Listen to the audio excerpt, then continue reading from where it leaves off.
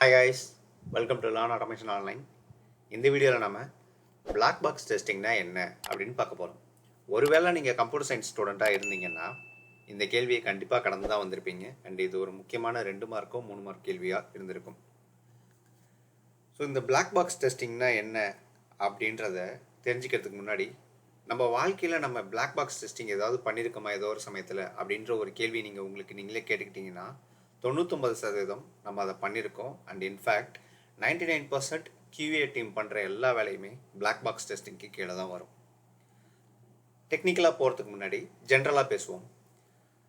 இப்போது நீங்கள் உங்கள் வாழ்க்கையில் பிளாக் பாக்ஸ் டெஸ்டிங் பண்ணியிருக்கீங்களா? நீங்கள் நார்மல் டெஸ்டரோ இல்லை டெஸ்டர் இல்லையோ யாராக இருந்தாலும் ஒரு கன்சியூமராக இருந்தீங்க அப்படிங்கிற பட்சத்தில் இந்த உலகத்தில் எல்லாருமே கன்சியூமர் தான். நம்ம எல்லாருமே ஏதோ ஒரு விதத்தில் ஒரு நுகர்வோராக தான் இருக்கும். கரெக்டாக? ஸோ நீங்கள் கன்சியூமராக இருக்கிற பட்சத்தில் கண்டிப்பாக பிளாக் பாக்ஸ் டெஸ்டிங் பண்ணியே இருப்பீங்க. உதாரணத்துக்கு சில விஷயங்களை சொல்கிறேன். சிம்பிளாக சின்ன வயசில் செஞ்ச விஷயங்கள் சொல்லி பார்ப்போம். நீங்கள் ஒரு கடையில் போய் உங்கள் அப்பாவோ அம்மாவோ உங்களை போய் பல்பு ஒன்று வாங்கிட்டு வர சொல்கிறாங்க, குண்டு பல்பு போய் வாங்குறப்போ நான் எங்கள் அப்பாட்டெலாம் என்னென்னா குண்டு பல்பு ஒர்க் ஆகுதான்னு பார்த்து வாங்கிட்டு வா அப்படின்னுவார். அது ஒர்க் ஆகலைன்னு எப்படிப்பா நான் தெரிஞ்சுக்கிறது அப்படின்னா, குண்டு பல்பை அவங்க எடுத்து உங்கள் கண்ணு முன்னாடி என்ன சொல்கிறது அந்த பல்போட ஹோல்டரில் போட்டு சுவிட்ச் ஆன் பண்ணி காட்டுவாங்க.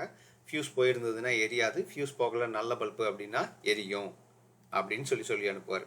ஸோ நான் போயிட்டு அந்த பல்பை என்னென்னா போட்டு பார்ப்பேன். அவங்க போட்டு காட்டுவாங்க, எரியும். எரிஞ்சிச்சு அப்படின்னா நான் வாங்கிட்டு வந்துடுவேன். இந்த இடத்துல நான் பிளாக் பாக்ஸ் டெஸ்டிங் பண்ணியிருக்கேன். அதாவது ஒரு ப்ராப்பர் இன்புட்டுக்கு ஓகே, அதாவது கரண்ட்டு சப்ளை கரெக்டாக இருந்தது அப்படின்னா எனக்கு அந்த பல்பு எரிய போகுது. எரிஞ்சிச்சுன்னா அந்த பல்பு நல்ல ஒர்க்கிங் கண்டிஷனில் இருக்குது அப்படின்றதான் அதோட அர்த்தம். ஸோ இப்போ எனக்கு அந்த பல்பில் அந்த டங்ஸ்டன் ஃபிலமெண்ட்டு என்ன மாதிரி ஒரு மெட்டீரியலில் செஞ்சுருக்கணும். டங்ஸ்டன் சொல்லிட்டேன், அப்புறம் ஏன் மெட்டீரியல்னு வளர்றேன்னு தெரியல. ஃபைன். ஸோ அந்த டங்ஸ்டன் ஃபிலமெண்ட் எப்படி இருக்கணும், இல்லை எத்தனை காயில் அதில் சுற்றி இருக்கணும், இல்லை அந்த பல்போட ரேடியஸ் அந்த சிலிண்டர் கோன் மாதிரி இருக்குல்ல, ஐ மீன் அந்த உருண்டையாக இருக்குல்ல சட்டி மாதிரி, அது எவ்வளோ அகலத்தில் இருக்கணும் அப்படி இப்படின்னு சொல்லிட்டு நான் அந்த கிளாஸ் எவ்வளோ திக்னஸில் இருக்கணும், இப்படி நிறைய விஷயங்களை நான் உட்காந்து மெஷர் பண்ணிகிட்டு இருக்க மாட்டேன். எனக்கு அது தெரியவும் தெரியாது, அது தேவையும் இல்லை. எனக்கு பல்பு எரியுதான்னு பார்க்குறேன், எரியுது. ஒரு காரை வாங்க போகிறீங்க, இல்லை ஒரு பைக் வாங்க போகிறீங்க. ஓகே, ஸோ நீங்கள் அந்த பைக்கை பார்க்குறதுக்கும் ஒரு மெக்கானிக் இல்லைன்னா அந்த காரை அசம்பிள் பண்ண ஒரு மெக்கானிக்கல் இன்ஜினியர் இல்லை ஒரு ஆட்டோமொபைல் இன்ஜினியர் அவங்க பார்க்குறதுக்கும் நிறைய வித்தியாசம் இருக்கும். கரெக்டாக? உங்களுக்கு சாவியை போட்டு ஸ்டார்ட் பண்ணால் வண்டி ஸ்டார்ட் ஆகுதா, வைப்பர் ஒர்க் ஆகுதா, ஹார்ன் ஒர்க் ஆகுதா, பிரேக் அடித்தா வண்டி நிற்குதா, இதெல்லாம் தான் பார்ப்பீங்க. கரெக்டாக? ஸோ நான் செய்கிற வேலைக்கு தகுந்த மாதிரி நான் சரியான இன்புட்டை கொடுத்தா என் வண்டி அதுக்கு தகுந்த மாதிரி ரியாக்ட் பண்ணுதா, இல்லை நான் தப்பாக இதை பண்ணேன்னா அதுக்கு தகுந்த மாதிரி ரியாக்ட் பண்ணுதான்றதை மட்டும்தான் டெஸ்ட் பண்ணிகிட்ருப்போம். ஸோ இது எல்லாமே நம்ம பண்ணியிருக்கோம். இதே தான் ஒரு ஐடி டீம்லேயும் நடக்கும். ஒரு சாஃப்ட்வேர் டெவலப்மெண்ட் நடக்குது, அந்த ப்ராடக்டை டெஸ்ட் பண்ணணும்னா இதே டெஸ்டிங் தான் நடக்கும்.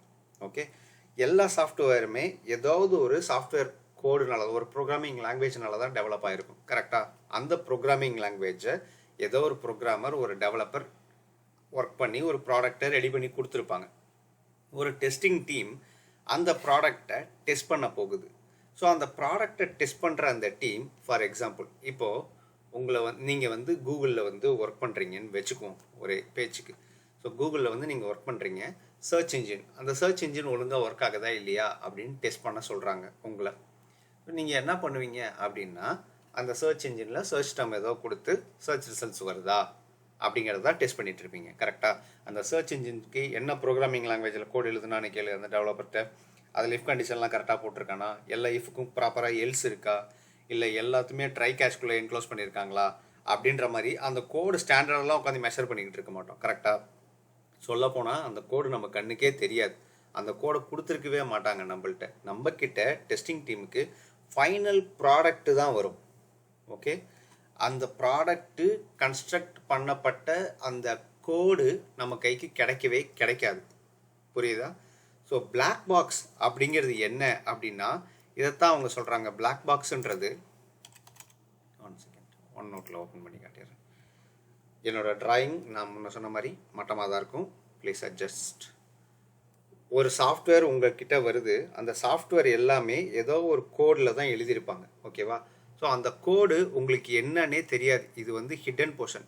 இப்போ நீங்கள் எவ்வளோ சாஃப்ட்வேர் யூஸ் பண்ணுறீங்க, வாட்ஸ்அப்பு, யூடியூப்பு, கூகுள், இல்லை Chrome, what ever the software that you are using, எல்லாமே ஏதோ ஒரு லாங்குவேஜில் ஒரு கோடு எழுதி தான் அதை டெவலப் பண்ணியிருக்காங்க. அதை டெஸ்ட் பண்ணுற டீமோ இல்லை அதோட எண்ட் யூஸருக்கோ வந்து என்னென்னா அந்த கோடு எப்படி இருக்குன்ற அந்த ஸ்ட்ரக்சரோ இல்லை சோர்ஸ் கோடெல்லாம் கிடைக்குமான்னு கேட்டால் கிடையாது. அந்த சோர்ஸ் கோடை ஒரு எக்ஸிக்யூட்டபிள் ஃபைலாக கன்வெர்ட் பண்ணிட்டு தான் டெஸ்டிங் டீமுக்கு கொடுப்பாங்க. அதை டெஸ்ட் பண்ணுற மாதிரியான ஸ்டேட்டஸ்க்கு மாற்றிட்டு தான் கொடுப்பாங்க.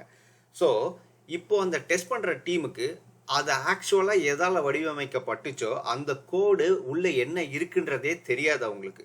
ஓகே, ஆனால் அவங்களுக்கு என்ன தெரியும்னா அந்த கோடோட ஃபங்க்ஷனாலிட்டி, அதாவது அந்த அப்ளிகேஷனோட ஃபங்க்ஷனாலிட்டி தெரியும். இப்போது உங்களுக்கு சர்ச் இன்ஜினோட ஃபங்க்ஷனாலிட்டி என்னன்றது தெரியும். சர்ச் டேர்ம் கொடுத்தா சர்ச் ரிசல்ட் வரும், இமேஜ் தெரிஞ்சிங்கன்னா இமேஜ் கிடைக்கும், வீடியோ தெரிஞ்சிங்கன்னா வீடியோ கிடைக்கும், மேப்பு தெரிஞ்சிங்கன்னா மேப் கிடைக்கும், நியூஸ் தெரிஞ்சிங்கன்னா நியூஸ் கிடைக்கும். இது மட்டும்தான் உங்களுக்கு தெரியும்.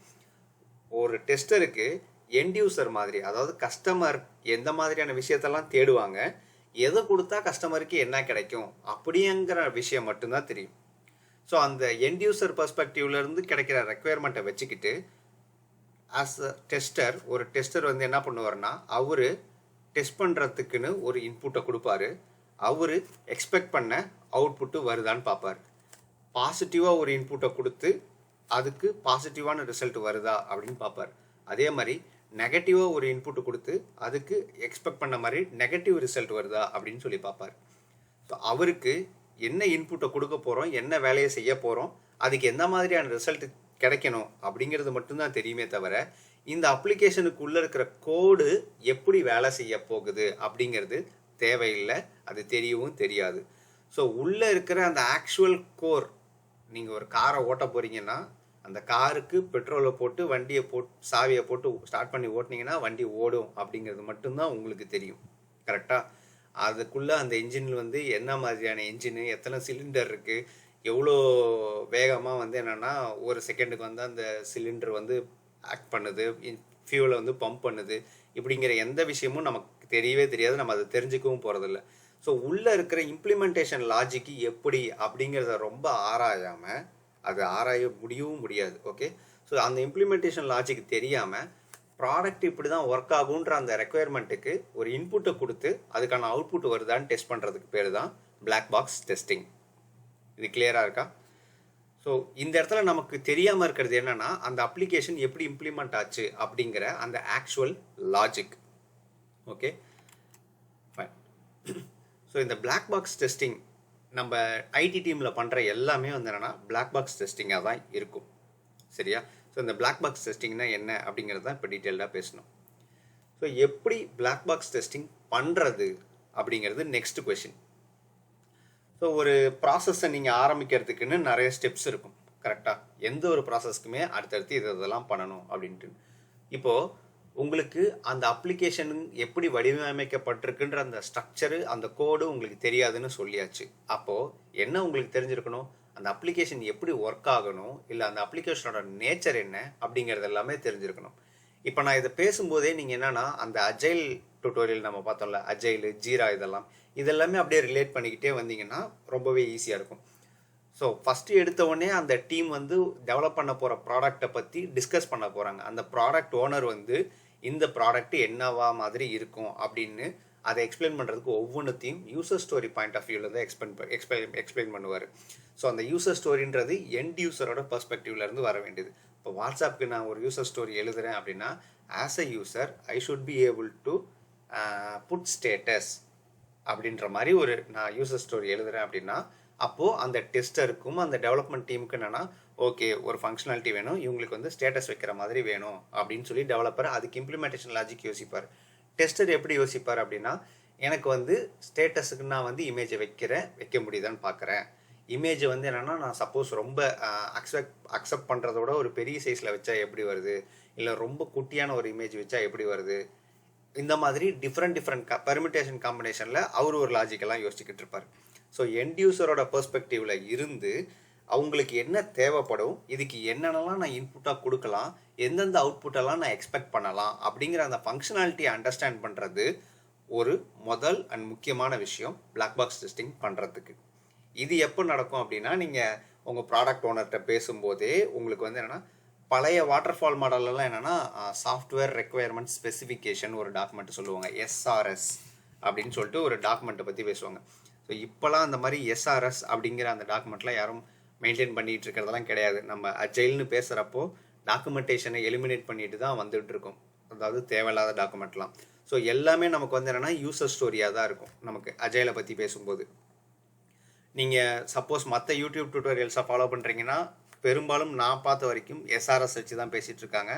பட் இது வந்து காலாவதியானது. ஓகே, ஸோ நம்ம வந்து என்னென்னா யூசர் ஸ்டோரி பெர்ஸ்பெக்டிவில் தான் எல்லாமே பேச போகிறோம். இந்த யூசர் ஸ்டோரியிலேருந்து நான் ஒரு டெஸ்டராக இந்த ப்ராடக்ட் எப்படி ஒர்க் ஆகும் அப்படிங்கிறத புரிஞ்சிக்குவேன். அதுதான் என்னோட மொதல் ஸ்டெப்பு. ஓகே, அண்ட் அதுக்கப்புறமேட்டுக்கு இதுக்கு நான் வந்து என்னென்னா எனக்கு இன்புட்ஸ் எல்லாம் தேவை, அதாவது டெஸ்ட்டு டேட்டா தேவை, அது எல்லாத்தையும் கலெக்ட் பண்ணுவேன். அது 2வது ஸ்டெப்பு. 3வது, இது எந்த மாதிரியான ஒரு யுத்தியை நான் கையாள போகிறேன், டெஸ்ட் பண்ணுறதுக்கு நான் என்ன மாதிரி ஸ்ட்ராட்டஜி யூஸ் பண்ண போகிறேன் அப்படிங்கிறது, இது எல்லாத்தையுமே நம்ம டீட்டெயில்டாக அப்புறமா பேசுவோம். ஸோ என்ன மாதிரியான ஸ்ட்ராட்டஜி நான் யூஸ் பண்ண போகிறேன் அப்படிங்கிறது 3வது ஸ்டெப்பாக இருக்கும். ஸோ இந்த ஸ்ட்ராட்டஜி இதெல்லாமே முடிஞ்சதுக்கு அப்புறமேட்டுக்கு எனக்கு ஆக்சுவலாக டெஸ்ட் பண்ணுறதுக்கு நான் டெஸ்ட் கேஸை எழுதுவேன். ஓகேவா, ஸோ அது 4வது ஸ்டெப்பாக இருக்கும். அந்த டெஸ்ட் கேஸை நான் எழுதுறதுக்குமே எனக்கு நிறைய வழியில் நான் எழுதலாம். டெஸ்ட் கேஸை டிசைன் பண்ணுறதுக்குன்னே நிறைய டெக்னிக்ஸ் இருக்குது. ஸோ அந்த டெக்னிக்ஸ் எல்லாத்தையுமே நான் வந்து என்னென்னா யோசிக்கணும். இது எல்லாமே நம்ம டீட்டெயில்டாக ஃபர்தராக அடுத்தடுத்த வீடியோஸில் பார்ப்போம்.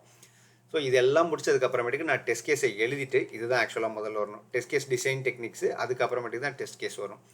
இது முடிச்சதுக்கப்புறம் நான் டெஸ்ட்டை வந்து என்ன பண்ணுவேன்னா எக்ஸிக்யூட் பண்ணுவேன். ஓகேவா, நான் எழுதின டெஸ்ட் கேஸ் எல்லாத்தையுமே எக்ஸிக்யூட் பண்ணி பார்த்துட்டு நான் எதிர்பார்த்த ரிசல்ட் வந்துச்சு அப்படின்னா அதை பாஸ் பண்ணுவேன். இல்லைன்னா ஃபெயில் பண்ணிவிட்டு நான் வந்து என்னென்னா ஒரு பக்கை ரைஸ் பண்ணிவிட்டு இது எதிர்பார்த்த மாதிரி ஒர்க் ஆகலை அப்படிங்கிறதுக்கு அப்புறம் சொல்லிவிட்டு நான் டெவலப்பர் டீம் கூட ஃபர்தராக ஒர்க் பண்ணுவேன். ஸோ இது எல்லாமே நம்ம என்னன்னு சொல்லலாம் அப்படின்னா சாஃப்ட்வேர் டெஸ்ட் லைஃப் சைக்கிள் அப்படின்னு சொல்லலாம். இது எல்லாமே நல்லபடியாக முடிஞ்சதுக்கு அப்புறமேட்டுக்கு நம்ம என்ன பண்ணுவோம்னா க்ளோஷர் பண்ணுவோம். ஸோ அதாவது இந்த டெஸ்ட் வந்து இனிதே நிறைவடைந்தது அப்படின்னு சொல்லி முடிச்சிடும். ஸோ இந்த என்டையர் ப்ராசஸும் எதுக்கு கீழே வரும் அப்படின்னா சாஃப்ட்வேர் டெஸ்ட் லைஃப் சைக்கிள் அப்படின்னு வரும். ஓகே, ஸோ இந்த ஸ்டெப்ஸ் எல்லாம் தான் நம்ம ஃபாலோ பண்ணுவோம். அதுதான் ஹவு டு. அடுத்தது டைப்ஸ். ஸோ இந்த சாஃப்ட்வேர் டெஸ்டிங் டைப்ஸ் அப்படின்னு பார்த்தீங்கன்னா, பிளாக் பாக்ஸ் டெஸ்டிங் டைப்ஸ் அப்படின்னு பார்த்தீங்கன்னா, நம்ம பண்ணுற எல்லாமே நம்ம சொல்லிட்டோம். அதாவது ஒரு டெஸ்டர் பர்ஃபார்ம் பண்ணுற எல்லாமே கிட்டத்தட்ட வந்து என்னவா வரும்னா பிளாக் பாக்ஸ் கீழே தான் வரும். அதை ரொம்ப தெளிவாக சொல்லலாம்னா எல்லா ஃபங்க்ஷனல் ரெக்குயர்மெண்ட்டுமே உங்களுக்கு வந்து பிளாக் பாக்ஸ் கீழே தான் வரும். ஓகே, அண்ட் அதே மாதிரி நான் ஃபங்க்ஷனல் ரெக்குயர்மெண்ட்டும், ஃபங்க்ஷனலு, நான் ஃபங்க்ஷனலு, ரிக்ரெஷன். ஓகே, இந்த 3மே வந்து என்னன்னு நம்ம சொல்லலாம் அப்படின்னா பிளாக் பாக்ஸ் டெஸ்டிங்க்கு கீழே வருதுன்னு சொல்லலாம். ஃபங்க்ஷனல் டெஸ்டிங்னா என்ன, நான் ஃபங்க்ஷனல் டெஸ்டிங்னா என்ன, ரிக்ரெஷன் டெஸ்டிங்னா என்ன அப்படிங்கிறது எல்லாத்தையுமே அடுத்தடுத்த வீடியோஸில் பேசுவோம். ஸோ இதில் உங்களுக்கு ஏதாவது டவுட் இருந்தது அப்படின்னா மறக்காமல் கமெண்ட்டில் சொல்லுங்கள். குட்டியாக ஒரு ரீகேப், உங்களுக்கு ஆக்சுவலாக அது எப்படி இம்ப்ளிமெண்ட் ஆச்சுன்னு தெரியாத ஒரு ப்ராடக்ட்டு, அதோட சோர்ஸ் கோடு, இது எதையுமே பார்க்காம, அதை பற்றி தெரிஞ்சிக்காம, அந்த அப்ளிகேஷனோட நேச்சர் என்னன்றதை மட்டும் புரிஞ்சுக்கிட்டு அதுக்கு இந்த மாதிரி ஒரு இன்புட்டை கொடுத்தா எனக்கு இந்த மாதிரி ஒரு அவுட்புட் கிடைக்கும் அப்படிங்கிற ஜஸ்ட் இன்புட்டு, அதோட எக்ஸ்பெக்டட் பிஹேவியர் அண்ட் ஆக்சுவல் பிஹேவியரை நீங்கள் மானிட்டர் பண்ணுறதுக்கு பேர் தான் பிளாக் பாக்ஸ் டெஸ்டிங். ஓகேவா, ஸோ இதில் ஏதாவது டவுட்ஸ் ஆர் சஜஷன்ஸ் இருந்துச்சு அப்படின்னா மறக்காமல் கமெண்ட்டில் சொல்லுங்கள். அண்ட் என்னோடய வீடியோஸ் உங்களுக்கு பிடிச்சிருக்கு அப்படின்னா மறக்காமல் உங்கள் ஃப்ரெண்ட்ஸ்க்கும் ஷேர் பண்ணுங்கள். அண்ட் லேர்ன் ஆட்டோமேஷன் ஆன்லைனுக்கு சப்ஸ்கிரைப் பண்ணலை அப்படின்னா மறக்காமல் சப்ஸ்கிரைபும் பண்ணிவிடுங்க. நெக்ஸ்ட் வீடியோவில் பார்க்கலாம். செஸ்.